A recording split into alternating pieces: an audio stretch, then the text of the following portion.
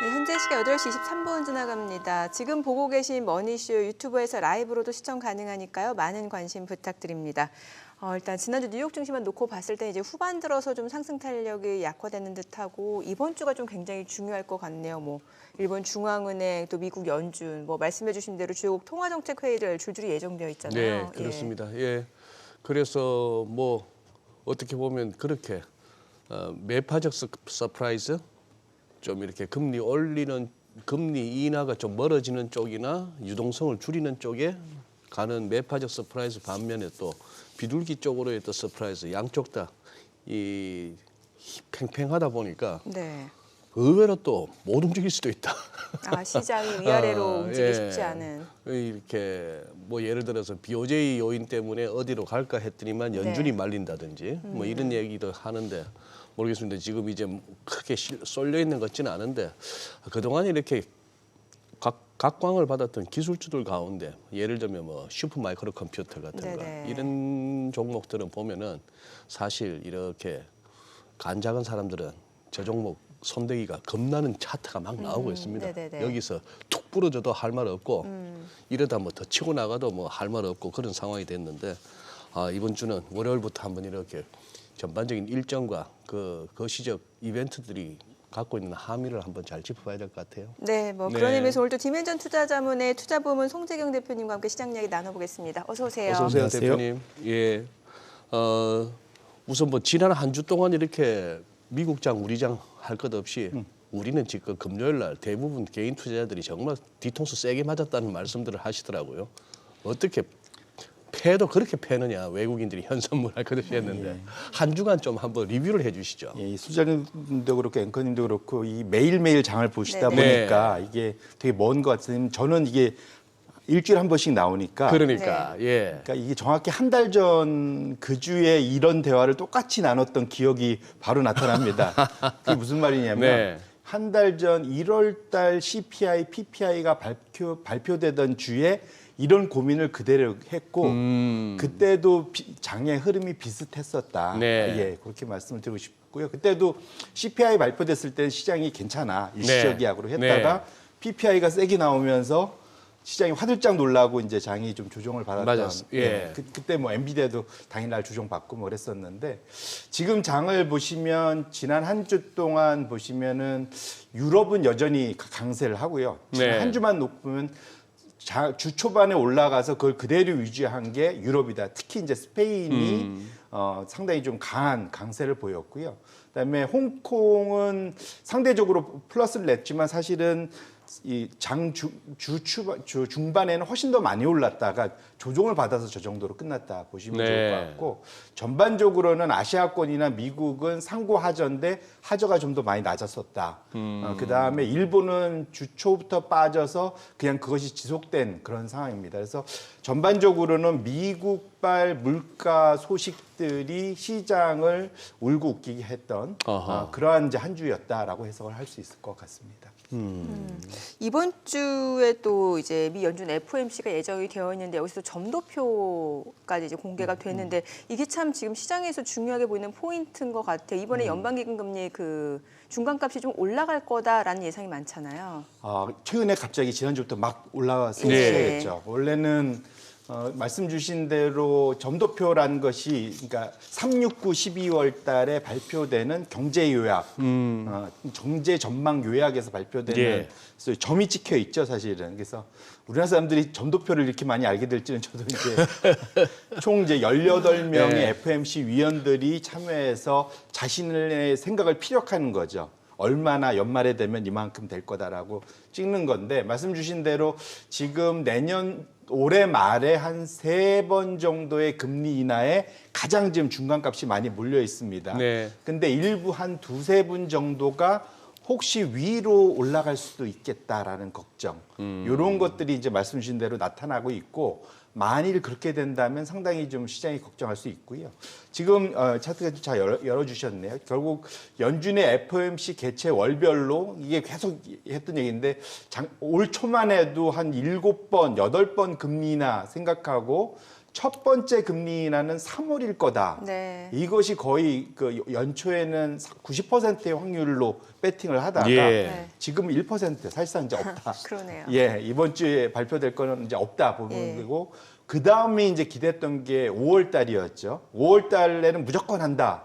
해서 지금은 9%까지 떨어졌으니까 이것도 사실상 이제 거의 이런 표현을 쓰면 나가리다 이렇게 표현을 죄송합니다. 예. 확 와닿게 하려고 제가 말씀을 드린 거고 절반 가까이 떨어진 게 제가 계속 말씀드리는 게 6월일 수 있다. 등에 약간 땀날 정도일 때일 가능성이 있다가 거의 그 이제 100%에서 거의 절반 정도 50%대까지 지금 내려와 있는 또 많이 상태고요. 후퇴했네요. 이제 7월도 100%가 아니라 76%로 내려오세요. 결론적으로는 지금 시장이 금리 인하에 대한 자신감이 이제 많이 사라졌고 연준의 눈높이에 상당히 맞춰가고 있고 일부는 야 이거 3번 할 수 있을까라는 거에 네. 대한 걱정도 일부 나오기 시작한 거다 이렇게 보셔야 될 것 같아요. 그러니까 이게 기존에는 한 4.5에서 4.75 정도로 봤던 게 지금 이제 4.75에서 5 정도로 높아질 거다 이렇게 보는 거잖아요. 이러면 세 차례가 아니라 한 2차례 정도 맞죠? 맞습니다. 예. 그리고 일부는 좀 강하게 얘기하는 분들은 이렇게 경기가 좋으면 연말까지도 없다 아예. 아 금리 인하가 없을 수도 없을 있다. 수도 있다라고 강하게 얘기하는 분들도 이제 하나둘씩 나오기 시작을 하고 있습니다. 네네. 그러니까요. 저기 뭡니까 대표님. 아까 이제 우리 굿모닝 마켓에서 저 머니마켓 펀드 쪽에 미국에 그쪽에 계속해서 그래프가 계속 우상향. 돈은 여전히 많더란 말입니다. 네네. 예, 저는 한 번씩 이렇게 점검해 주시는 그 대표님이 유동성 관련해서 한번 지표들을 점검해 주시는 게 꽤나 그거 했는데 지금 영래포는 연준의 영래포는 4,139억 달러 이거 뭐 5천억 달러 깨진다고 하더니만 많이 내려왔네요. 이러다가는 4천억 달러도 깨질 형편인데 네. 이렇게 되면 이제 초과 유동성은 많이 쪼그라들었다라고 볼 수 있고 아까 MMF 추세는 봐서는 여전히 시장에 언제든지 뭐 증시로 가든 코인으로 가든 어디로 갈 만한 돈들이 지금 잠시 거기 이제 머물고 있다 하는 돈들은 여전히 많고 유동성 측면에서는 어떻게 보십니까? 일단은 이제 그 연준과 미국 재무부가 주도하는 유동성 자체는 현재 수준에서는 횡보 정도 하고 있습니다. 네, 네. 결국은 시장에는 민간이 스스로 자체적으로 공급하는 유동성이 이제 커진 거고요. 예. 그거는 나의 마음 씀씀이죠.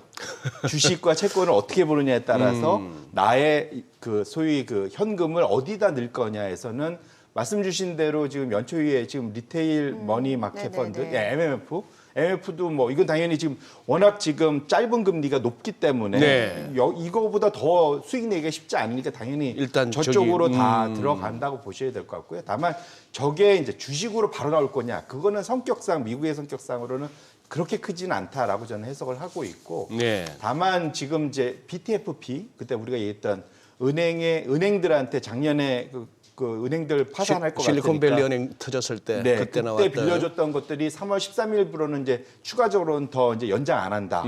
이제 그것이 이제 줄어들기 시작하는 효과가 이제 나타날 겁니다. 네. 그거를 어떤 식으로 이번 FOMC 때 그것에 대해 판단을 하고 유사하게 그럼 QT를 일부 줄여줄 거냐. 네. 거기에 대한 논의가 있을 텐데 이번에 거기에 대한 구체적인 발표는 없을 거라고들 예상은 하고 있지만 적어도 그 어떤 내용들이 논의됐는지가 그 다음 의사록에는 나올 수 있어서 결국은 현재 연준과 재무부가 협업해서 만들어내고 있는 유동성 장세가 향후 어느 방향성을 갈지를 가늠할 수 있는 거는 그 의사록 정도가 나와 봐야만 좀 판단이 좀 구체적으로 가능할 것 같고요. 지금은 오히려 이제 시장에서 우리 투자자들이 자체적으로 만들어낸 유동성 강세 장세다. 네. 이렇게 해석을 해야 될 것 같습니다. 보니까 이번 주 일정이 오늘부터 월화 이틀 동안은 BOJ가 먼저 열리고 BOJ는 그렇게 열리고 나서 수요일 날은 거기는 또 일본은 특징적인 게 춘분날 놀더만요. 전통적으로 네. 춘분날 이제 휴장을 하는데 근데 문제는 이제 화수 이틀은 또 FOMC가 열리고 그래서 우리가 목요일 새벽에 다 또 밤잠 설치고 뭐 국내도 매체 몇 군데는 뭐 동시통역까지 해가면서 파월 이런 나라에 드물지 싶은데 이번이 소위 슈퍼위크라고 하죠. 예, 예. 상당히 중요한데 그러니까 한 달 전으로 되돌아가면 CPI, PPI가 발표되면서 시장에서 상당히 깜짝 놀랐다가 네네. 엔비디아가 실적 발표하면서 모든 걸 좀 많이 좀 잠재워 걱정하지 마. 줬던, 뭐 이런 그랬던 분위기. 기억이 나는데 이번도 모양새는 마치 지난주에 CPI, PPI가 발표되고 이번 주에 또 엔비디아의 테크 컨퍼런스가 그렇죠. 있죠. AI 개발자. 월화수목 4일 동안. 그러니까 물론 이제 전망만큼 그렇게 강력한 힘을 줄까에 대해서는 뚜껑을 열어봐야 되겠지만 지금 분기 단위로 또는 전년 동기별로는 엔비디아의 실적이 어마어마한 수준으로 나타나고 있지 네, 않습니까? 네. 그것이 과연 앞으로도 유지될 수 있는지에 대한 그런 자신감을 줄 수 있는 컨퍼런스 내용이 나올 수 있느냐가 네. 상당히 이제 중요할 것 같고요. 결국은 그것에 그러니까 그런 자신감을 더 북돋워 줄 거냐, 이거 갖고 되겠어라는 것에 그런 심리적으로 영향을 미칠 거는 말씀 주신 BOJ와 FOMC가 그것을 위로 레버리지를 칠지 아래로 칠지는 거기에서 이제 소위 양념을 첨가할 거다 이렇게. 근데 이번 BOJ는 아무래도 좀 주목을 해야 되겠다 싶은 게 지난 금요일 날 일본의 그 뭡니까 렌고 이제 그게 한자로 연합이던데 그 제일 센 노동조합이라고 하더만요. 거기서 대기업들이 제일 큰 기업들인 일차적으로 거예요. 자기들 자체적으로 집계를 해보니 5.28%의 임금 상승률이 나오더라 하는 얘기 아닙니까? 뭐 신일본 제철은 제가 듣기로는 15%를 올려준다는데 단숨에.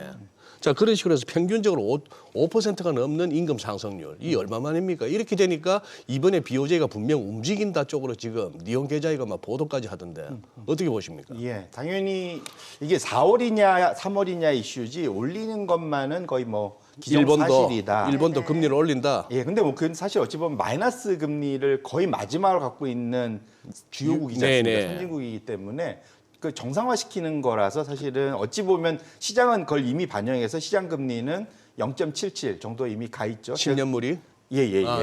JGB가 JGB가 그래서 그 10년물 차트 제가 이제 주요 국채 금리를 제가 이제 갖고 있는 차트를 갖고 왔는데 기본적으로 이제 4번 차트입니다. 그러니까 지금 열려 있네요. 보시면 이게 연초 대비로 그러니까 막대 그래프가 연초 대비 얼마나 금리가 올라갔냐의 상승률입니다. 그리고 지금 그 주황색 선은 현재의 그 실제 10년물 금리 수준을 말씀드리는 거예요. 0.77로 지금 돼 있죠. 지난주 말에. 그래서 연초 이후로는 일본이 가장 많이 올랐다. 결국은 금리가 그러니까 많이 올랐다는 건 상승률이 증가율이 네. 많이 올랐다라고 네. 말씀을 드리고 싶고요. 그래서 지금 일본하고 스위스 정도가 지금 0.77대의 수준이고 스위스는 이미 마이너스 금리를 넘어섰죠. 기준금리는. 근데 일본이 지금 유일하게 마이너스 금리인데 이것이 이제 정상화될 가능성이 있고 말씀 주신 대로 지금 대기업들은 지금 5% 이상의 임금 상승률이 나올 거라고 보이지만 대부분의 어느 나라든 마찬가지지만 7, 80%의 그 소위 그 고용은 중소기업들이 차지를 하죠. 네. 근데 중소기업들까지 합쳐서 웨이티드 에버리지, 그러니까 그 가중 평균을 해보면 이번에 대략 나타날 것이 한 3.8에서 3.9 정도로 예측이 되는 걸로 지금 일본에서 파악이 되고 있습니다. 그러면 작년에 3.5%의 임금 상승률, 올해 3.8%의 임금 상승률. 이거는 현재 일본의 CPI 그러니까 근원 CPI 2% 초중반 때보다는 월등히 높기 때문에 네. 그렇게 놓고 보면은 추가적으로 물가 상승 압력으로 작용할 수 있어서 충분히 마이너스 금리를 정상화시킬 수 있다라고 해석을 할 수 있을 것 같고요. 우리가 지금 이걸 보는 가장 중요한 이유는 사실은 일본의 금리가 저희한테 뭐 그렇게 중요하겠습니까? 우리가 거기서 돈 빌릴 것도 아닌데 네네. 중요한 거는 일본 투자자들이 해외에 나갔던 돈들이 얼마나 빨리 역류될 거냐. 그럼 아까 봤던 그러니까 사실은 일본이 제2의 연준이라서 돈을 세상에 뿌려주고 있었는데 일본의 와타나베 부인들이 그들이 그 돈을 끌어들이면 나머지 국가들한테는 상당히 마이너스 악영향을 미칠까 봐 걱정하고 있거든요. 그래서 지난주에 마침 블룸버그에서 서베이를 했었습니다. 일본 투자자들 한 4조 달러가 나가 있는데 어떻게 할 거냐. 이번에 금리 올리면 60%는 아직은 그냥 해외에 놔둘 거야 라고 대답을 하고 40%만 일부 회귀 가능성 있어라고 얘기한 걸 봐서는 아마도 지금 당장은 일본이 금리를 올려도 그런 그 자금 흐름에서 우리가 지금 어마어마하게 걱정하는 것만큼의 급격한 흐름은 당분간 없을 거다. 이렇게 좀 해석을 할 수 있을 것 같습니다. 그렇게 되면은 얘네에도 영향을 미칠 수밖에 없을 것 같은데요. 맞습니다. 예. 그래서 원래는 작년 여름쯤에는 엔에 대한 예측이 올해 말에 120엔까지 달러당 120엔까지 떨어질 거라고 엔화의 생각합니다. 엄청난 예. 강세네요. 그렇죠. 그렇게. 그 당시 근데 이것이 엔이 다시 엔이 강시대로 올라가면서 지금은 연말 예측이 139엔, 136엔 뭐 이 정도까지 지금 위로 올라가 있는 상태예요. 네. 그래서 지금 대략 현재의 137엔 정도 되죠. 달러당. 네네네. 예. 그러니까 대략 연말까지 10엔 정도, 그러니까 100엔 정도가 지금은 149엔으로 보시면 되겠습니다. 예. 147에서 99 사이에 네, 있는데 네. 연말에는 139 전후까지 내려올 거라고 보는 거면 되게 좀 보수적으로 서서히 떨어지는 걸 예측을 하고 있는 거죠. 그래서 그렇게 놓고 보면 저도 이제 되게 걱정했던 게 일본발 그런 그때 말씀드린 대로 소위 엔캐리 트레이드 예. 청산 예. 시장에 주는 악영향을 걱정을 했는데 적어도 지금 일본의 그런 시장 참여자들은 그것까지 걱정하는 정도는 아닌 것 같다라고 해서 어쨌든 중요한 건데 어쨌든 잘 지켜는 보셔야 될 것 같습니다. 그래서 지금부터 당분간 몇 개월은 엔 움직임은 열심히 보실 필요가 있겠다는 말씀드립니다. 예. 그 미증시 쪽에서 그 주요 빅테크 M7, 매그니피센트 7에 대해서 좀 얘기를 해볼게요. 사실 그동안 시장 상승 랠리를 이끌었던 게 뭐 엔비디아. 근데 지금 엔비디아가 좀 주춤하고 일단 좀 사실 많이 올라온 상황이기도 하고요. 뭐 테슬라는 말할 것도 없고 오히려 보면은 최근에 또 메타 같은 경우는 또 오히려 또 많이 또 그렇죠. 떨어지기도 하고, 맞습니다. 또 틱톡 퇴출하는 법안도 지금 얘기 나오고 있고요. 예, 그래서 저도 이제 이번에 AI 하면 AI의 부품인 그 GPU를 만드는 엔비디아가 가장 성과가 좋을 거다 말하고 있고, 그 다음에 그걸 사다가 활용해서 제일 좋은 엔비디아 엔진을 만들어낼 서비스를 만들 회사를 누구냐? 그러면은 그네들끼리는 얘기하는 게 1등이 메타더라고요. 보니까 그러니까 왜냐면 이것이 그 당시에 구글의 AI 담당자가 아마존의 담당자하고 아마 그 메일을 서로 주고받으면서 나왔던 게 발표가 되면서 외부로 나오면서 얘기가 나왔거든요. 그만큼 메타를 높게 AI 쪽에서 치고 있는 걸 알고 있습니다. 네. 근데 거기에다가 감원하면서 그러니까 그 소위 마진까지 많이 하면서 상당히 메타가 연초에 상당히 좋았었는데 지난주에 이게 올해가 확실히 대선에는 대선해입니다. 네네. 트럼프가 한마디 하면서 메타의 주가가 저렇게 급락하는 일이 벌어졌습니다. 왜냐하면 지난주 말에 그 미국 하원에서 깜짝 뭘 했냐면 틱톡 우리가 알지 않습니까? 네네. 바이트댄스의 틱톡이 미국 내 사업을 하는 거를 철회할 때까지 틱톡 서비스를 중단시키려는 법안을 발의를 했거든요. 이것 자체가 상당히 걱정이고 이건 거꾸로 말하면 경쟁하고 있는 메타 입장에서는 상당히 플러스가 되는 거죠. 네. 긍정적인데 여기서 뜬금없이 사실은 그런 법을 주도하던 트럼프가 남반대세라고 발표를 한 겁니다. 그러니까 모두들 깜짝 놀랐어요. 공화당 네. 의원들도 깜짝 놀랐습니다. 근데 예. 뭐 거기에 그 겉으로 드러난 거는 트럼프의 주도 세력, 그러니까 지지 세력인 마가라는 데서 주로 이제 틱톡에서 활동하고 있다라는 겉으로 드러나는 것 외에 사실은 지금 알려진 바로는 트럼프가 지금 자금난에 좀 허덕인답니다. 예. 왜냐하면 지금 소송도 많이 걸려 있고 네. 자기 돈 다 묶여 있을 거잖아요.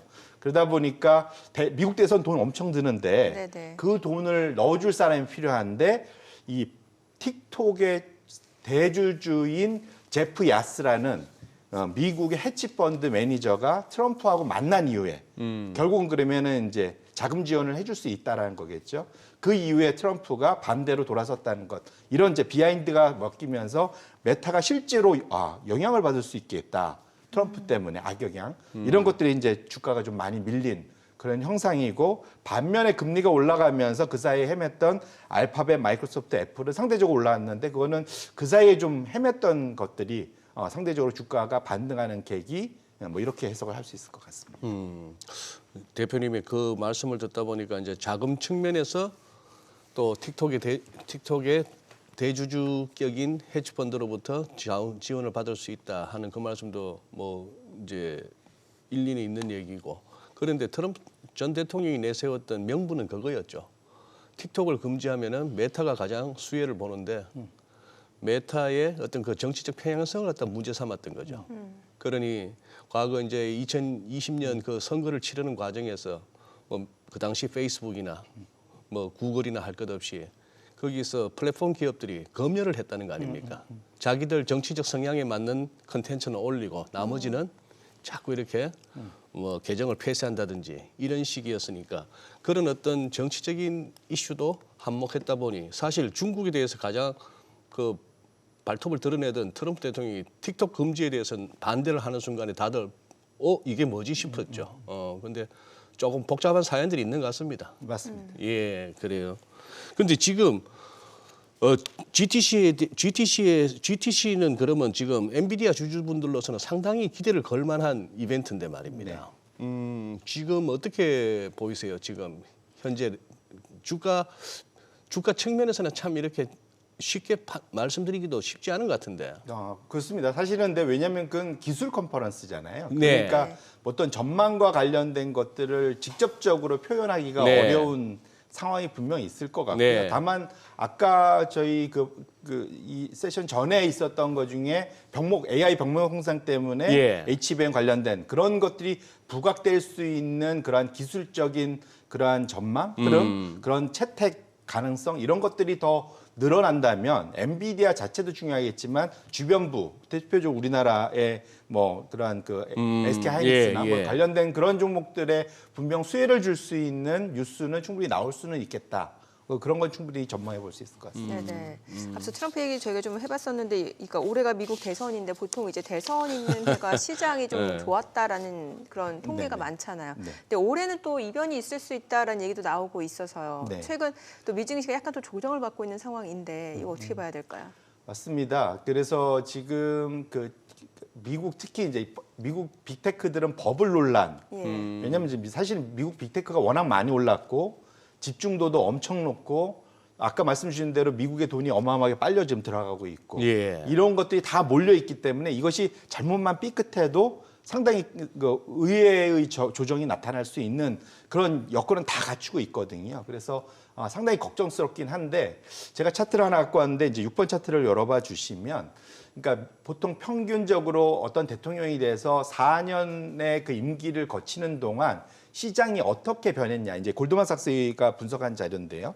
1983년도 이후에 2000년까지 그러한 대선이 있었던 데 주로 어떤 게 영향을 미치냐. 주가가 올라가는 건 두 가지입니다. 당연히 이익이 늘어나면 주가가 올라가고요. 또는 다른 하나는 기대감. 이건 이제 멀티플이라고 보통 하죠. PER 같은 이익을 봐도 이건 넉넉하게 이건 10배 줘야 돼. 20배 줘야 돼. 이렇게 이제 변화하는 그러니까 소위 이제 멀티플이 올라가는 이 두 가지가 변수가 있는데 통상적으로 선거가 있었던 마지막 해 4년 때는 상당히 좀 시장이 깐깐해지는 경향이 나타난다라는 거고요. 이익이 늘어나는 만큼만 주가가 올라간다라는 겁니다. 그것이 지금 저기에 나타나는 네 번째. 보통은 그 앞에서는 첫째 연도하고 세 번째 연도에는 이익도 영향을 미치지만 기대감, 멀티플이 올라가는 것도 영향을 많이 미치는데 네 번째 되는 해에는 확실하게 이익으로만 승부를 봐야 된다. 그런데 어찌 보면 최근 들어서 연초 이후에 주가가 많이 올라갔던 회사들을 보면 엔비디아, 메타 같은 회사란 말이죠. 예. 두 회사가 사실은 이익 성장성이 최근 들어서 제일 좋았던 회사들입니다. 그러니까 주가가 많이 갔었던 거고요. 결국은 이익으로 모든 것이 설명돼야 되고 다만 제가 저번에도 말씀드렸지만 특히 엔비디아를 보다 보면 마치 높이뛰기 선수권 대회 하는 것 같다. 매번 이 허들을 높이면서 1차 시기, 2차 시기 할 때마다 계속 높여가면서 하는 것 같아서 아슬아슬하게 그걸 넘어가는 것 같아서 좀 걱정스럽다는 측면에서 가면 갈수록 우리의 눈높이가 높아지는 것에 대한 부담감은 분명 있다라는 측면에서는 실적과 관련된 그러한 투자하시는 분들은 시장 보시는 분들은 열심히 좀 체크할 필요가 있겠다 말씀드립니다. 아니 예상 체결가가 이제 슬슬 뜨기 시작하는데 우리가 금요일 날 미리 매를 맞아서 그런지 주말 미국 장이 그렇게 밀리고 해도 크게 뭐 영향을 받지는 않을 것 같고 환율도 금요일 날 막 미리 다 올라버렸으니까 거의 뭐 13원에서 10점 빠지는 12원 90전을 올랐는데 네. NDFC에 봐서는 오늘 뭐냐 뭐 보합 수준이 열릴 것 같기도 하고 자 이게 뭐 외국인들이 현선물 막 후들겨 팼다 이건 알겠는데 그 중에서도 대표님. 네. 저는 금요일 날 종목들 중에 삼성물산이 눈에 들어오던데 아. 뭐 있었습니까? 글쎄요. 뭐 저 뭡니까? 삼성물산 관련해서 결국 이것이 밸류 프로그램에 대해서 결국 시장이 큰 기대를 갖다가 접게 만들었다 하는 그런 얘기가 들리던데. 일단은 지금은 아까 우리가 다들 지금 이거 기억을 되돌려 보시면 이 시간에 시작할 때 이번 주가 상당히 중요한 네, 네. 주다라고 예. 말씀을 우리 같이 나눴지 않습니까?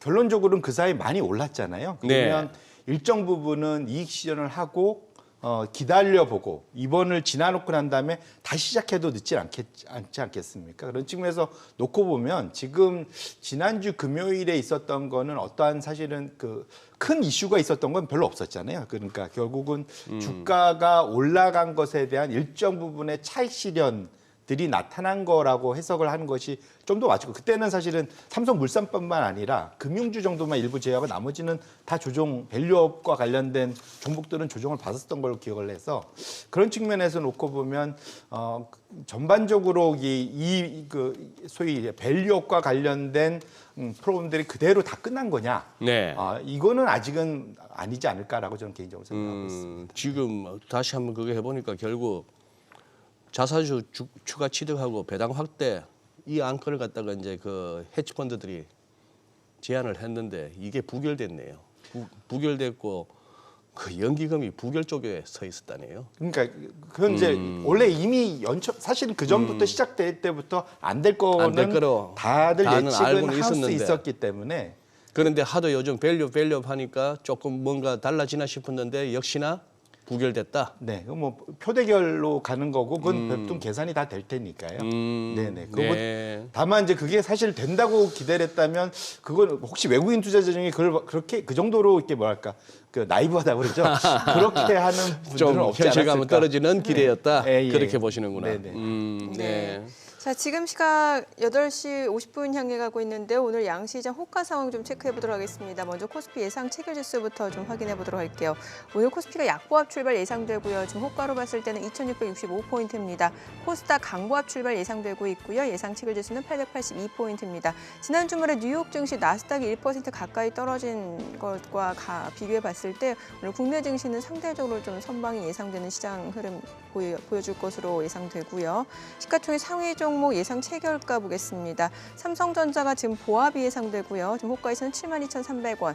SK하이닉스가 지금 1% 약세가 예상됩니다. 예상 체결가 159,500원이고 LG에너지솔루션이 1% 상승할 걸로 보입니다. 예상 체결가 403,000원이고요. 삼성바이오로직스, 현대차는 지금 강보합 출발 예상됩니다. 각각 호가가 829,000원, 244,000원으로 집계가 되고 있고요. 지금 기아가 지금 호가에서는 강보합 출발 예상됩니다. 예상 체결가 125,200원, 삼성전자 우선주도 강보합권 예상되고요. 그밖에 셀트리온, 포스코홀딩스, LG화학 지금 호가에서는 일단 보합권이 예상이 되고 있는 시장 분위기네요. 코스닥 시가총액 상위 종목 예상 체결가도 보겠습니다. 에코프로 BM, 에코프로, HLB, 알테오제 지금 호가에서 아직까지 큰 움직임 잡히지 않고 있는 상황이고 이 가운데 엔케미 지금 호가에서 4% 넘게 올라갈 걸로 보입니다. 예상 체결가는 24만 1,000원으로 집계가 되고 있고요. 셀트리온지약 보합 출발 예상이 되고 있습니다. 호가는 10만 7,800원. HPSP, 리노공업 각각 1.7% 그리고 1.9% 하락 예상되고요. 호가 51,300원, 25만 원으로 집계가 됩니다. 레인보우 로보틱스는 0.68% 상승 예상되고요. 예상 체결가는 17만 7,300원. 신성 델타테크 0.3% 상승 예상되고요. 예상 체결가는 10만 1,700원으로 집계가 됩니다. 이제 개장까지 8분여 가량 남았는데 일단 뭐 시장 자체는 보합권이 예상이 되고 있고 이번 주도 사실 뭐 시장이 어떤 방향을 나타내기 쉽지 않을 것 같고 앞서 소장님도 그런 말씀 주셨잖아요. 네, 예. 이게 위든 아래든 어느 예. 한 방향 잡기는 쉽지 않을 것 같다. 예, 뭐 이럴 때일수록 뭐 섹터별로 좀 양극화가 있을 수 있을 것 같고요. 또 결국 지수보다도 어느 쪽 가는 쪽 이렇게 섹터하고 종목 네네. 찾아내는 그 흐름은 계속 이어질 것 같네요. 근데 참 우리가 빠르긴 빠릅니다. 그리고 매번 이 선물 옵션 만기일 맞으면은 오늘 뭐 변동성이 커질 수 있겠는데요 하는데 제 경험상 요즘은 그 다음 날이네요. 늘. 네. 대표님 요즘 좀 그런 경향 있지 않습니까? 네. 만기일 당일보다도 그 다음 날 가서 괜히야 어디론가 훅훅 튀더라고요. 뭐 사실은 그거를 이렇게 맞출 수 있으면 베스트인데 이게 만만치가 않아서. 네. 아, 그러니까요. 네. 미중 씨 얘기를 좀 마무리 지어야 될 것 같은데 어때요? 지금 사실 지난 주말에 나스닥이 한 1% 가까이 떨어지면서 16,000선을 하회했는데 이게 그냥 단순한 좀 이제 많이 올랐기 때문에 좀 일시적인 조정으로 봐야 될지 좀 거품이 거치는 과정이라고 봐야 될지 네. 어떻게 해석하는 게 좋을까요? 그 지난주에 제가 일부러 따로 가져오진 않았는데 예. 미국의 그 주식형 네네. 펀드의 자금이 역대급으로 많이 한 주간 동안 올랐거든요. 예. 거의 590억 달러 네. 한 주간 단위로. 주간에 예. 600달러 가까이. 예, 그렇게 엄청나게 많은 돈이 들어왔고 제가 지난주에서는 테크가 많이 빠졌었다고 말씀드렸는데 예. 테크 쪽으로 오히려 더 많이 조금 조정받으니까 예. 돈이 더 많이 쏠리는 모습들을 보였습니다. 예. 그런데 흥미로운 거는 과거 2000년대 닷컴 버블 때는 적자 기업들이 어마어마하게 날아가는 그런 일이 그때는 벌어졌었는데 이번엔 예. 좀 다르다. 이제 그 결국은 무슨 말이냐면 이번에는 갈만한 종목들이 가고 있다라는 데가 2000년대의 그런 기술 버블하고 좀 다르다라는 거고요. 지금 차트를 갖고 왔는데 이 그 파란, 그러니까 붉은색 선이 나스닥 100, 그러니까 지금 미국의 주요 테크 기업의 대형주라고 볼 수 있겠죠. 그리고 검정색 선이 골드만삭스에서 발표하는 그러니까 적자 기술주, non-profit tech라는 이제 지수가 있습니다. 그래서 제가 적자 기술주라고 해석을 해놨는데 보시면 나스닥이 올라갈 때 특히 올해 들어와서는 지금 적자 기술주는 빠지고 있어요. 그러니까 어찌 보면 매우 당연하다고 생각할 수 있는데 지금은 적어도 묻지마 투자는 안 하고 있다라는 거죠. 아, 예, 그러니까 지금 냉정하게 아. 돈을 잘 버는 기업들한테 많이 투자를 하고 있다. 뭐 대표적으로 엔비디아겠죠. 그래서 예. 이런 종목들로 투자를 많이 하면서 집중하고 있기 때문에 이전보다는 이런 버블 논란에서는 조금 자유롭지 않느냐라는 이제 기대들을 분명 하고 있는 거고 이게 이제 저희 투자 낙관론자들이 얘기하는 겁니다. 근데 어느 수준이 이것이 적정한지에 대해서는 소위 밸류에이션의 눈높이에 따라서 매번 달라집니다. 그래서 중요한 거는 지금은 제가 아까 선거가 있는 해에는 이익으로만 주가 간다고 말씀드렸잖아요. 그래서 결국은 이익이 언제 둔화가 되느냐의 여부가 매우 중요하다. 그래서 2월달 제가 뭐 안 갖고 왔지만 2월달 소매 판매는 미국이 조금 예상보다는 좀 둔화됐죠. 네네. 그래서 뒤로 갈수록 좀 기본적으로 미국의 소비가 조금 약화되지 않을까라는 걱정들 분명 있기 때문에 저런 실적이 지속될지 여부, 실적 장세가 지속될지 여부는 예. 결국은 이번에는 매번 분기 실적 때마다 숨죽이면서 좀 지켜볼 필요가 있겠다 이렇게 말씀드립니다. 방금 대표님 말씀하시는 중에 그 귀에 쏙 들어오는 단어가 냉정하게라는 표현이네요. 제가 이제 주말 동안에 어떤 시황을 보면서 제일 공감했던 대목이 인플레이션 지표들을 이렇게 보면서 시장이 최근에 연이어서 뭐 원투 스트레이트를 맞았다시피 하는 정도인데 거기다가 뭐 제조업 지수, 엠파이어 스테이트 제조업 지수 같은 경우는 예상보다 못해도 너무 못하더라고요. 그런 식으로 막 지표가 이렇게 나오는 가운데에 이제 시장이 좀 냉정을 찾아간다는 그 대목이 굉장히 공감이 가는 거예요. 그동안은 좀 뭔가 우시아우시하는 느낌이었는데 좀 앞뒤 안 따지고 시세 나는 쪽으로 막 몰려가고 하는 그런 흐름이었는데 이게 맞아? 어떻게 보면 연내 7번 금리 인하 그걸 갖다가 시장에서 프라이싱 했다는 것은 냉정한 판단은 아니었잖아요. 기대였죠. 기대였죠. 희망이고. 네. 근데 또 하나 이렇게 눈길을 끄는 게 최근 들어서 이 구리가 많이 뛰옵니다. 특히 지난 한 주 동안에 많이 오르고 뭐 이렇게 전반적으로 비철 금속도 그렇고 유가도 그렇고 자 이제 특히 구리 같은 경우를 이코노미스트들은 뭐 닥터 카프라 해서 이렇게 다들 뭔가 경기하고 연관시켜서 하는데 이게 어떻게 보면 요즘 들어서 우리 매체에서 자주 얘기하는 게 그거 아닙니까? 무슨 전기 수요, 변압기 수요가 늘고 뭐 AI도 마찬가지겠습니다만 뭐 이렇게 되면 구리 수요가 느는 건 당연한데 이걸 갖다가 이제 좋게 봐야 될까요? 아니면은 이걸 또 결국 궁극적으로 가서 인플레로 엮일까요? 지금 당장은 구리의 전 세계 50% 소비를 중국이 네. 소비합니다. 네. 근데 결국은 중국이 지금 좀 불안하긴 하지만 네. 어쨌든 부양책을 지속적으로 내고 있고 네. 다만 이제 지방 지자체들의 그런 그 의미 없는 뜬금없는 그런 인프라 투자는 좀 막고 뜬금없는. 예. 왜냐면 예, 아무도 예. 안 다니는 도로 건설하고 예. 다리 만들고 뭐 이런 거지 않습니까? 그랬죠. 네. 일본이 그래서 사실은 상당히 고생했던 거잖아요, 과거에. 중국이 그걸 상당히 오랫동안 따라왔다가 최근 들어서는 중국에서는 이제 그게 이제 3선 도시라고 하죠. 상대적으로 못 사는데 그것이 지금 오히려 거꾸로 이것이 유지되면 1선 지역의 인프라 투자로 좀 확대되면 좀 더 의미 있는 투자가 될 거다라는 기대감도 중국에서 나오고 있습니다. 네. 그래서 중국이 앞으로 지금 하반기로 갈수록 4% 이상의 그러한 그 경제 성장률을 유지를 하려면 일정 부분 인프라 투자가 필요하고 그와 관련된 것들에는 상당히 구리도 들어갑니다. 주택 네, 같은데 네. 사실은 구리 많이 들어가거든요. 그래서 그런 것들이 결국은 구리의 그런 재고를 지금 중국이 끌어올리고 있는 상황. 역대 그 계절적 최고점을 좀 뚫고 지금 위로 올라가고 있거든요. 네. 그래서 그런 측면에서는 구리의 가격이 올라가는 거는 결국은 중국 부양책하고 연결이 돼서 해석을 해볼 필요가 있겠다 이렇게 말씀드립니다. 네. 그럼 앞으로 이제 미증시는 어떻게 될까요? 이번 주 지나서 뭔가 좀 증시 방향이 좀 예. 그래서 이게 잡힐 것 같은데. 결국은 과거의 경험 제일 쉬운 거는 과거에 어땠는지를 보는 게 예, 제일 예. 좋은 네네. 패턴이라서 재밌는 차트를 저도 하나 찾아갖고 갖고 와봤는데요. NDR이라는 넷 데이비스 리서치라는 데서 만들어 놓은 건데 1971년도 이후에 이제 세 개의 주기를 가지고 저 파란색 선을 만든 겁니다.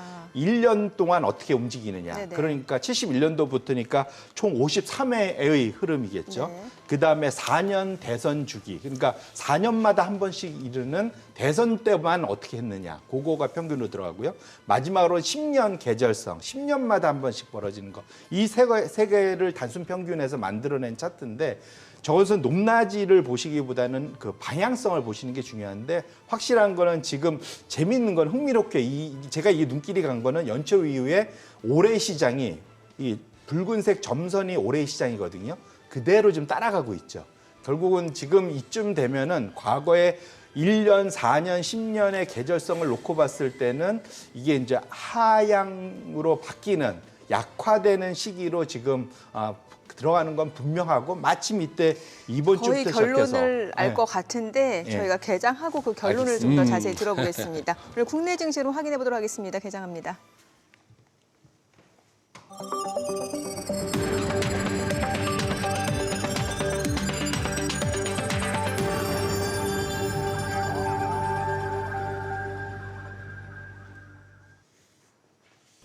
네, 3월 18일 월요일 국내 증시 개장했습니다. 이번 주가 굉장히 중요한 한 주가 될 것 같은데요. 일본 BOJ 금융정책 결정회의가 예정이 되어 있고 여기에서 과연 17년 만에 마이너스 금리를 벗어날 것인지 여부가 시장에 관심이 모아지고 있는 상황이고요. 또 이번 주 미 연준 FOMC까지 예정이 되어 있고 점도표도 나오게 됩니다. 여기에서 또 어떤 변화가 있을지가 중요할 것 같고요. 금리 인하 기대감은 점점 낮아지는 것 같습니다. 또 이번 주에 지금 엔비디아 GTC까지 예정이 되어 있기 때문에 여러 가지 이벤트들을 증시가 어떤 식으로 소화해 가면서 시장 방향을 잡아갈지가 중요할 것 같은데요. 오늘 양시장 출발 지수 좀 보도록 하겠습니다. 먼저 코스피입니다. 지금 현재 0.48% 올라갑니다. 2,679포인트입니다. 코스닥도 0.26% 올라갑니다. 882포인트죠. 양시장 상승 출발 보여주고 있고요. 시가총액 상위 종목 시초가 보겠습니다. 삼성전자가 0.5% 올라갑니다. 72,800원. SK하이닉스도 0.68% 상승합니다. 162,300원이고요. LG에너지솔루션도 1.7% 상승 중이죠. 405,500원. 삼성바이오로직스도 1.69% 상승합니다. 839,000원. 현대차도 0.4% 올라갑니다. 245,000원에 거래되고 있고요. 기아도 1% 이상 올라갑니다. 126,300원이고요. 삼성전자 우선주도 0.8% 올라가죠. 셀트리온도 0.2% 상승 181,200원이고요. 포스코홀딩스도 0.57% 올라갑니다. 437,500원에 거래되고 있고요. LG화학도 0.9% 상승하면서 435,000원이죠. 코스닥 시가총액 상위 종목 시초가도 보도록 하겠습니다. 코스닥 지금 에코프로비엠이 1% 이상 상승하면서 259,500원, 지금 하루 만에 다시 한번 반등을 보여주고 있고요. 에코프로도 0.3% 강보합권이네요. 602,000원. HLB가 0.39% 올라갑니다. 102,800원. 알테오제는 0.49% 하락합니다. 203,500원이고요. HPSP가 강보합으로 52,300원에 거래되고 있습니다. 셀트리온 제약이 0.4% 올라가네요. 108,300원이고요. 엔캠이 1.9% 상승하면서 235,500원에 거래되고 있습니다. 리노공업은 0.5% 하락하면서 253,500원이고요. 레인보우 로보틱스가 1.7% 상승합니다. 179,000원. 신성 델타테크가 2.8% 강세로 104,500원에 거래되고 있습니다. 오늘 시장에서 또 견조하게 상승을 보여주는 섹터 종목 좀 보도록 하겠습니다. 오늘 전선 관련주들이 좀 많이 올라갑니다. 일진전기가 지금 8% 강세 15,890원에 거래되고 있고요. 가운전선도 4.5% 상승합니다. 29,750원에 거래되고 있고요. 지금 대원전선도 1% 상승 중이고요.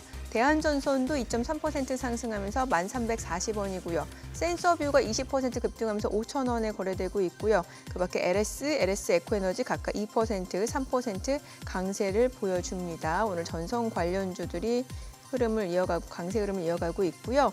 오늘 2차전지 쪽 다 좋네요. 지금 2차전지 쪽에서는 LFP 리튬 인산철 쪽 다 좋습니다. 지금 보게 되면 SK이노베이션도 1% 이상 상승 중이고요. 에코프로비엠도 0.9% 상승 중이고 LNF도 1% 이상 올라가고요. 자이글도 8% 강세입니다. 9,150원. 그리고 탑머티리얼, CIS 각각 2% 이상 강세 보여주고 있고요. 지금 보게 되면 이제 SKC 동박과 관련된 종목이죠. 최근에 꾸준하게 상승하면서 지금 반등세를 이어오고 있고 오늘도 3.8% 오름세 119,100원이고요. 이 가운데 솔브레인 금양은 지금 소폭 상승으로 보여집니다. 자, 2차전지 관련주 내에서는 또 전고체 관련주들 흐름이 좋습니다. 이수 스페셜티 케미칼이 5% 이상 올라갑니다. 지금 36만 3천 원이고요. 덕산 데코피아도 4.7% 강세입니다. 그리고 한농화성, CIS, 대주전자재료, 동화기업, 테이펙스, 미래컴퍼니 지금 전고체 관련주들 강세입니다. 지금 보시다시피 석경AT, 레이크 머티리얼즈도 1% 이상 올라갑니다. 전고체 관련주들이 조금 더 탄력성이 좋은 것으로 보여집니다. 자, 오늘 그리고 음원 음반 관련주들 흐름도 좋습니다. NHN벅스가 3% 강세 5,240원이고요. YG 엔터테인먼트도 2.3% 강세입니다. 44,050원. 그리고 YG 플러스도 상승 중이고요. 지니뮤직도 0.7% 올라갑니다. 하이브도 상승 중입니다만 지금 보시다시피 상승 탄력은 그렇게 지금 강하게 나타나진 않고 있고 YG 엔터테인먼트가 상대적으로 지금 2% 이상 상승폭을 좀 확대해 나가고 있는 것으로 보여집니다. 자, 지금 시각 9시 4분 지나갑니다. 수급 상황 좀 체크해 보도록 하겠습니다. 오늘 유가증권 시장에서는 지금 개인과 기관이 삽니다. 각각 320억 원, 423억 원 순매수고요. 외국인은 755억 원 매도 우위입니다. 코스닥에서도 개인과 기관이 삽니다. 각각 91억 원, 15억 원 매수 우위, 외국인은 98억 원 매도 우위네요. 오늘 외환시장 개장 상황 보겠습니다. 달러 원 환율입니다. 오늘 50전 상승한 1,331원에 개장이 됐습니다. 자, 일단 환율은 돌고 돌아 또 1,330원이네요. 뭔가 좀 박습고 좀 답답하네요, 네. 그냥. 예. 그러니까요. 글쎄 이번에 뭐가 나올라나? BOJ가 지금 시장 예상대로 가준다면 엔화 예. 강세 요인인데 그렇죠. 아까 송 대표님도 설명해 주셨다시피 그런데 연준이 또 FOMC에서 약간 혹시 매파적으로 또 이렇게 스탠스를 갖다 보여주면 또 달러 강세 요인이니까 이 막 부딪히고 있는 겁니다. 서로 이쪽 저쪽 힘이 그런 상황이라 가지고 어쨌거나 단기 트레이딩 하시는 분들 금요일 날 또 종가 매수로 넘기신 분들은 나쁘지 않네요. 그때 그 많이 떨어졌던 종목들 좀 매수하신 분들은 지금 오늘 그러니까. 아침에 시초가에 좀 많이 올라가니까. 예. 저희 앞서 그래도 그 결론은 좀 내봐야 될 것 같은데 미증시 얘기. 그래서 이제 그 계절성 네. 미국에 이제 그런 대표적인 얘기 있지 않습니까? 5월에 팔고 떠나버려라 뭐 이런 얘기 있지 않습니까? 네네. 이제 그게 어찌 보면 이제 이 차트에도 그대로 나타나는데 보면은 이게 아래로 점점점 내려가면서 5월달 이후로는 좀 변동성이 지속되다가 쭉 그 다음에 10월 이후부터는 쭉 올라가면서 그게 올 이런 그 다음에 한 2, 3월까지 유지되는 이제 그런 장세로 보실 수가 있거든요. 그래서 지금부터는 미국장이 어찌 보면 평균적으로는 좀 변동성이 커지는 구간으로 들어가는 것이라고 해석하는 것이 이 도표를 해석하는 가장 이제 그런 보수적인 해석일 것 같습니다. 그래서 지금 어찌 보면 그 변동성이 커지는 그 구간에 들어갈 때 그러한 이제 그 재료가 뭐냐에 따라서 그것이 이제 얼마나 더 증폭되느냐가 중요하겠죠. 그래서 이번 주부터 시작해갖고 실적이나 이런 것들이 결국은 시장 변동성을 더 키우는 장세가 여름까지는 지속될 때니까 그런 것들은 좀 염두에 둘 필요가 있겠다 이렇게 말씀을 드립니다. 아까 저 파란색 선을 갖다가 뭐 설명을 해주셨습니다만 그런 여러 가지 방법으로 도출해낸 저게 나스닥의 X축이 보니까 1월부터 해서 12월까지야. 네. 월별 예, 예. 전반적인 과거 통계적으로 봤을 때 저런 어떤 흐름을 보인다. 네네 맞습니다. 저것만 봐서는 5월에 팔고 떠나라 해서 5월에 파는 건 좀 약간 바보 같네요. 그러고 나서 바로 튀어버리네. 송 대표님 표현에 의하면 이제 등에 조금 땀나기 시작하는 6월 달에는 오히려 좀 짧게 사보고 그다음에 10월, 11월 이쯤에 가서 또 약간 찬바람이 느껴진다 싶을 때 또 사고 뭐 그러니까 그래야 되겠구만요. 그래서 이 데이 트레이딩 하는 관점으로 보면은 그 말씀이 맞는 것 같습니다. 그러니까요. 그러면 이래저래 오늘 시장 흐름을 보니까 역시 뭐 옛말에 틀린 거 없습니다. 매도 먼저 맞는 놈이 낫다고. 네. 우리가 금요일 날 그냥 한바탕 홍역을 치르고 나니까 월요일 날 그거 한데 코스닥이 상승폭이 좀 더 커졌어요. 니케이도 오히려 오르고 있네요. 예. 상승 출발하고 그런 상황이라 가지고 지금은 이제 어느 정도 지금 밸류 프로그램에 대한 기대감으로 이렇게 많이 올랐던 거는 살짝 이렇게 좀 힘이 딸리는 양상인데 우리 대표님 보시기에 이제 투자자 관점에서는 조금 기다리더라도 다음 유망한 섹터를 좀 찾아서 그러게요. 좀 들어가야 될 거 아닙니까? 네. 우리나라 증시에서 어느 쪽을 보고 계세요 지금? 그러니까 결국 이것도 다 일단 그 미국 시장이 기본적으로 다 선도를 하기 때문에 네, 거기서부터 네. 힌트를 얻는 힌트를 것이 얻어야죠. 가장 쉬운 방법이고요. 제가 정확히 한 달 전에, 네. 한 달 전에 그때 그 기술주가 그때도 이맘때 흔들렸던. 그래서 만일 그렇다면 오히려 기술주에서 제일 많이 떨어져 있는 덜 오른 업종으로 에너지 업종이 관심이 있다 말씀을 예, 드렸고요. 예. 그런데 그게 실제로 한 달 동안 그래서 어떻게 됐나 제가 어제 업데이트를 해갖고 갖고 온 것이 이제 9번 장표입니다.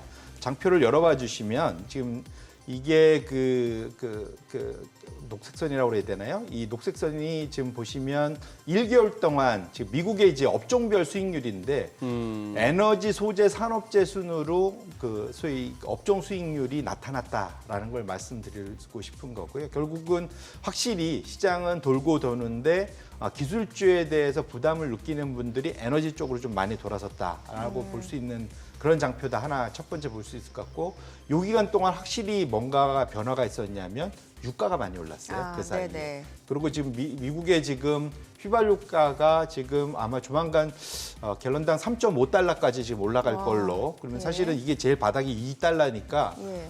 지금 한 6개월 사이에 엄청나게 좀 올라가고 있는 건 분명합니다. 이것이 사실은 헤드라인 CPI를 끌어올리는 데 원동력도 되고 어쨌거나 중요한 거는 그 사이에 못 올랐던 에너지 업종이 관심을 갖는 것에 있어서는 확실히 좀 의미를 좀 부여할 필요가 있겠다 이렇게 말씀을 드립니다. 예. 그러면 우리나라도 마찬가지로 좀 에너지나 이런 쪽이 대안이 될 수 있을까요? 충분히 뭐 가능성이 있을 것 예. 같고요. 지금 이제 차이가 굳이 있다면 네. 일단 우리나라도 그 유사한 흐름은 보이고 있습니다. 네네. 11번 장표에도 그래서 우리 한국의 업종별로 갖고 왔는데 한국은 그러니까 일주일 동안 제가 일부러 이건 이제 일주일 동안 우리가 조금 이제 그러니까 뒤늦게 따라가는 경향이 있어서 보면 일주일 동안의 흐름을 보시면 산업재, 금융, 그 다음에 이제 에너지 소재. 우리나라 순서를 보면 이제 에너지 소재가 서서히 앞으로 좀 나오는 걸 좀 보실 수가 있어요.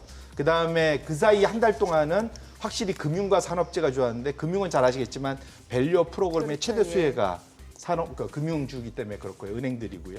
근데 어쨌거나 우리나라 에너지는 특히 소재 말고 에너지 쪽은 미국의 에너지하고 조금 다릅니다. 미국의 에너지는 진짜 원유를 그러니까 그 소위 그 탐사까지 해서 하는 기업들이 많은데 우리는 이제 사실 에너지 업종이 이제 정유주 위주거나 아니면은 신재생이 좀 더 많습니다. 그래서 그런 것들에 이제 차별이 좀 있기 때문에 그것들은 좀 구분해서 에너지 업종이라고 해서 그냥 우리나라 에너지 업종고 에너지 ETF 사면 되지라고 해석을 하면 안 될 것 같고요. 그 안에서 미국의 그 소위 XLE 에너지 업종 ETF에서 많이 올랐던 종목들이 뭔지를 좀 확인을 해보시고 그들과 공통점이 있는 한국 기업들을 찾아서 종목단까지 내려가신다면 좀 더 효과를 보실 수 있지 않을까 이렇게 말씀을 드리고요. 그다음에 두 번째로는 에너지를 그럼 우리가 왜 좋게 보느냐에서 보면 두 가지 이슈가 있는데 하나는 적어도 이제 미국 기준이긴 합니다만 첫 번째로는 에너지 업종이 그 미국의 기술 업종과의 상관관계가 제일 낮습니다. 이게 이제 저 위에 나타난 첫 번째 에너지 업종의 상관관계가 다른 업종과의 비교해서 보시면은 확실히 낮죠. 경기 소비가 제일 높습니다. 왜냐하면 경기 소비 안에는 테슬라 같은 종목들, 빅테크 종목들이 저 안에 예. 좀 들어와 있기 때문에 그렇다 보시면 좋을 것 같고 뭐 아마존도 저쪽에 들어가 있죠. 그래서 그렇게 보시면 좋을 것 같고 그 다음에 두 번째로는 에너지가 그러니까 테크와의 상관관계는 제일 낮은데 소위 배당과 주주 환원은 되게 좋다라는 거죠. 그래서 다음 차트를 열어봐 주시면 지금 여기 나와 있네요. 지금 녹색선이 지금 배당이고 그다음에 그 녹색선이 자사주 소각이고 그다음에 회색선이 배당입니다. 그래서 어쨌든 두 개를 다 합쳐서 8%대까지 나온다는 건 어마어마한 거죠, 사실은. 그래서 그렇게 놓고 보면 에너지 종목에 대해서 미국 종목 저거는 확실히 좀 관심을 가질 필요가 있고 우리나라도 사실은 그 에너지로 분류되는 게 정유업종이 그나마 좀 유사하다고 볼 수 있을 것 같아요. 왜냐하면 석유를 좀 늘 원유 재고를 많이 갖고 있으니까 또 그들의 배당도 좀 꽤 제법 나오는 편입니다. 그래서 기본적으로는 주주 환원이 잘 되는 그러한 또 유가와 연동이 있는 그러한 종목들로 선변 투자는 충분히 해볼 만하다 이렇게 말씀을 드리겠습니다. 네. 조선주는 어때요? 최근에 보면 조선주가 좀 올라가는 모습이고 오늘도 그렇고 최근에 뭐 수주 잔고가 뭐 증가하고 있다. 또 미중 갈등에 좀 반사익도 기대된다. 이런 분석들이 나오긴 하거든요. 예, 1차적으로는 지금 해운 쪽이 연초 이후에 제가 그 운임과 관련돼서 예. 말씀드렸는데 그 이상은 추가적으로 좀 더 올라가고 있지는 않아서 아. 일단은 그 소위 수주가 폭발적으로 늘어날 가능성은 당장은 없는 것 같습니다. 네네. 근데 다만 말씀 주신 대로 거기서 포인트는 올해가 또 선거의 해지 않습니까? 그렇죠. 근데 지금 미국이 새로운 전선, 중국과의 새로운 전선에 조선업을 넣은 걸로 나타나고 있습니다. 그래서 네네. 왜냐면 지금 중국이 전 세계 아마 그 조선 그 소위 그 선박량 공급의 상당한 부분, 제가 정확한 네. 숫자는 기억이 안 나는데 거의 메이저로 이제 올라섰거든요. 그렇다 보니까 그 소위 그 전 세계의 그러한 그 물동량에 중국의 조선소가 영향을 줄 수 있다라는 판단 때문에 미국이 조선 쪽에 그런 소위 그 리쇼링이죠. 그걸 예, 다시 예. 하려는 움직임이 보이다 보니까 상대적으로 거기에 대한 수혜가 있지 않을 거라는 해석이 같이 연결될 수 있는 그런 대목이다 이렇게 보실 수 있을 것 같습니다. 뭐 동해상으로 북한 탄도미사일 여러 발 발사 한 달 만에 도발 재개 전혀 뭐 시장에 영향이 우리 지정학적 우리 코리아 디스카운트의 지정학적 리스크는 저 한참 밑으로 가야 될 것 같아요. 사실은 예 그럴 것 같습니다. 걱정은 되지만 실제로 그 일이 벌어졌을 때 서로 소위 회복이 불가능한 피해를 양쪽이 다 입지 않습니까? 사실은 그걸 근데 모르지 않잖아요, 네, 서로들. 네, 그렇기 네. 때문에 그러니까 근데 물론 이제 전쟁은 우발적으로 발생합니다. 그렇긴 하지만 그런 측면에서 놓고 보면 이제까지 잘 그러한 긴장 관계를 어쨌든 안정적으로 유지를 했기 때문에 그렇게 잘 유지하기를 저는 정말로 이거는 제 희망이고 기대입니다.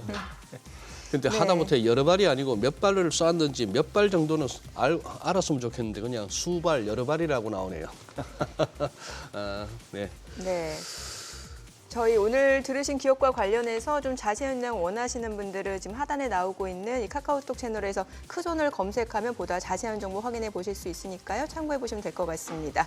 오늘 내용 잘 들었습니다. 네, 고맙습니다. 고맙습니다.